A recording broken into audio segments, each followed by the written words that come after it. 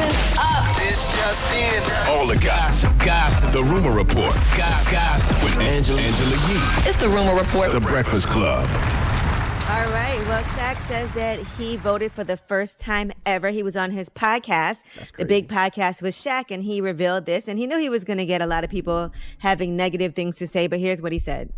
I've never voted before, America, but now I'm doing all these voting campaigns, and you know one thing I never like to do is be a hypocrite. In other words, America, I voted for the first time, and it feels good. That's crazy. Why people be upset about stuff like that, though? He probably didn't feel like he had a reason to vote. Now this year he feels like he has a reason. I'm not mad at the brother. Better late than never, right? Yep. Well, yeah, and he did say it feels good for him to have voted for the first time. He said he never understood the electoral college system before. It was confusing, and he said he has no real excuse for not voting in previous elections. He just didn't know, and now he is. So I don't know why people get mad at things like that. He's just telling his experience. He's saying he's voting now, right? Oh, he just didn't want to. It is voting is a choice. Even though we have the right to it, it's still a choice. All right. Well, Shaq also has partnered up with former Disney executives and Martin Luther King Jr.'s son for a $250 million launch. They're going to be actually investing and acquiring things in the tech and media space. So they're trying to go ahead and raise that money. Okay. All right, Shaq. And he's got a lot of investments already. So, and we see him endorsing a lot of different things. I'm sure he has percentages in those companies. So yeah, salute to Shaq. That's how you do it. I want to see Shaq on the All the Smoke podcast with Matt Barnes and Steven Jackson too, by the way. I think that would be a great conversation because, you know, Shaq has a lot of inner real N-word in him that we don't get to see come out too often now because of the man he's become. But I think they could bring it out of him. All right. Now, Cardi B over the weekend celebrated her birthday. She's only 28 years old. Happy birthday to Cardi B. That's fun. And she went to Vegas and had a crazy weekend. I guess it was a surprise party. And Offset was there, by the way. He did buy her an amazing present. I know you saw it, MB. Yeah, that was a $400,000 Rolls Royce with a custom baby seat in the back. Mm-hmm. And apparently the two of them, we saw a video of them together all night dancing on each other. It looks like they were kind of getting back together. Here's some video of they actually had a New Orleans band there and they were playing WAP. And you can hear at the end, all the people were chanting, "Take him back." Now get him.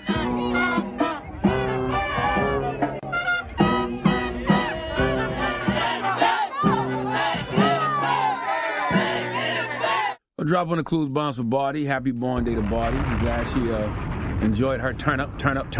Yep. Yeah, her party looked lit. It did look lit. It looked like you know, it's crazy though. How can we get mad at Donald Trump for throwing rallies if we're throwing birthday parties? Maybe there was a certain type of distancing that had to happen. I ain't see that. We saw the y'all saw the same videos I saw. Did they have masks on though? Maybe they have masks on? Who? I ain't seen nobody with no mask on. Maybe a couple people in the crowd here or there. Listen, after the Lakers won, there was no mask on. Did you see that? Yeah, that was crazy. What the Lakers were in the bubble? You mean like outside in the LA? Fans. No, I'm talking about the fans after the Lakers won. Yeah, they were outside. I'm just saying, like, you know, we give people flack for throwing their events. Everybody throwing their own little individual events. I think, though, as the president, you're supposed to lead by example. And perhaps if things were more restrictive, then people wouldn't be doing that. You know, I think there's some people who aren't taking it seriously because the president's not taking it seriously and saying it's not a big deal and to live your life and you don't have to be in the basement and go out and do this. He's doing the same thing. Everybody living their best life. Congratulations. Absolutely. And we're not in any sort of lockdown and there's no type of leadership. So that's why people can do what they want. So nobody. All right, Big Sean.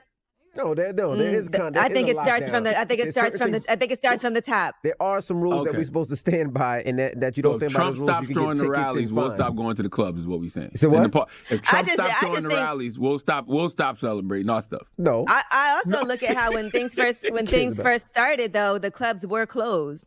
And you couldn't go out. And it was some clubs were closed, but I think everywhere at first it was. There was no place that was open. You couldn't go out anywhere. The country was in a lockdown. But now clubs are open. Right, because they're saying go ahead and open back up. It's safe.